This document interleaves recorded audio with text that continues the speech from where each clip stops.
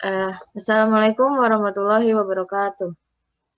Waalaikumsalam warahmatullahi wabarakatuh. Waalaikumsalam warahmatullahi wabarakatuh.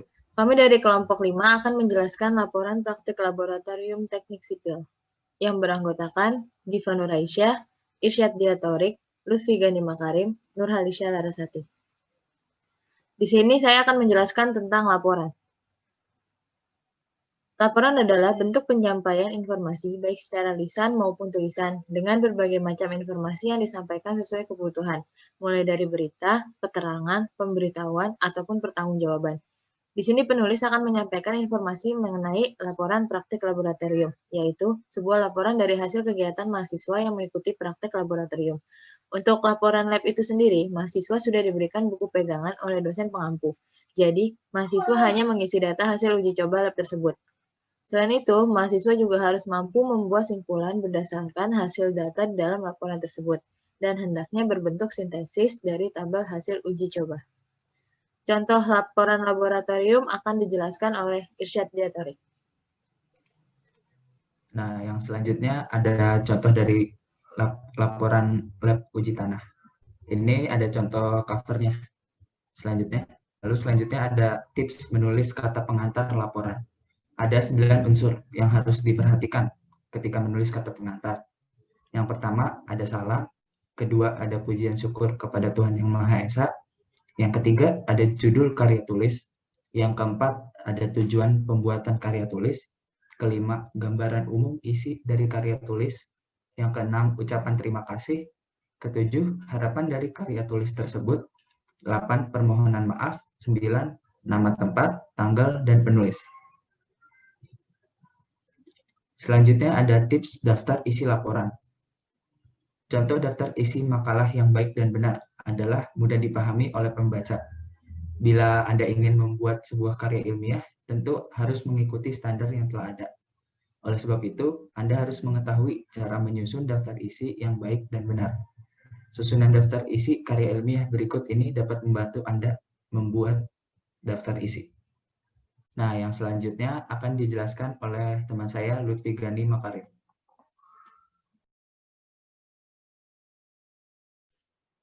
Ini merupakan daftar gambar dan daftar tabel tersebut. Nah, di sini tips menulis daftar gambar itu dan daftar tabel laporan.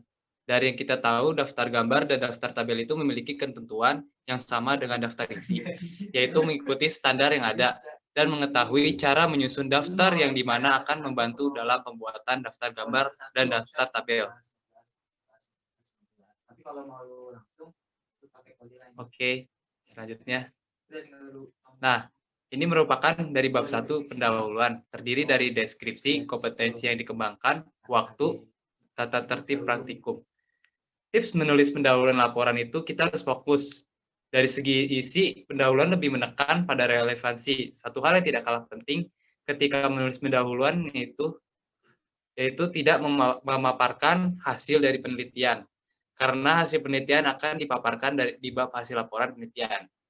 Yang kedua itu kita harus dikemas lebih singkat. Kita harus menyunting sebuah materi atau yang intinya tapi yang tidak perlu. Nah, pada prinsipnya ini pendahuluan ditulis dengan tujuan menjelaskan, yaitu menjelaskan beberapa faktor yang dapat digunakan untuk memperjelas. Jelaskan seperlunya saja agar tidak terjadi pengembangan yang terlalu lebar. Kita perlu mencatat dasar pendahuluan laporan laboratorium untuk membantu menentukan keberhasilan penelitian. Yang ketiga itu mengatur isi penulisan.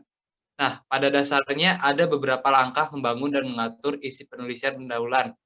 Salah satunya itu dengan menuangkan beberapa elemen penting seperti terdiri dari latar belakang, rumusan masalah, manfaat, dan karya.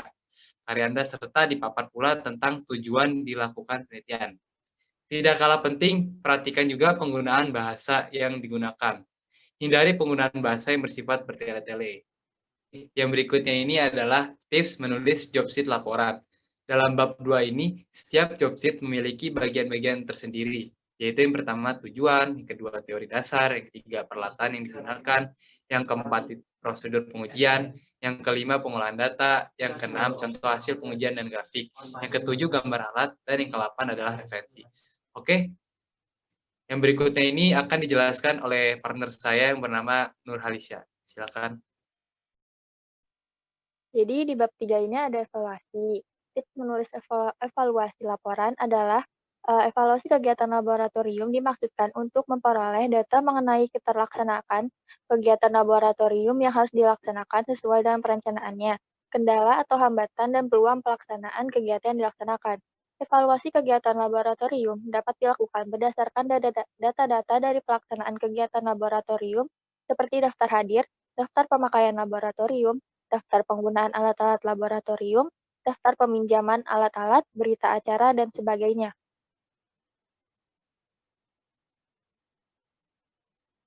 Kemudian, di bab terakhir ada penutup.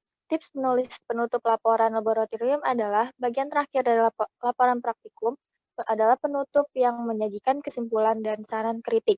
Isi dalam penutup adalah rangkuman dan kesimpulan hasil analisis terhadap kegiatan praktikum, juga interpretasi, analisis data yang mana berupa implikasi atau kesimpulan dasar data, dan dapat juga berupa inferensi atau kesimpulan berdasarkan referensi.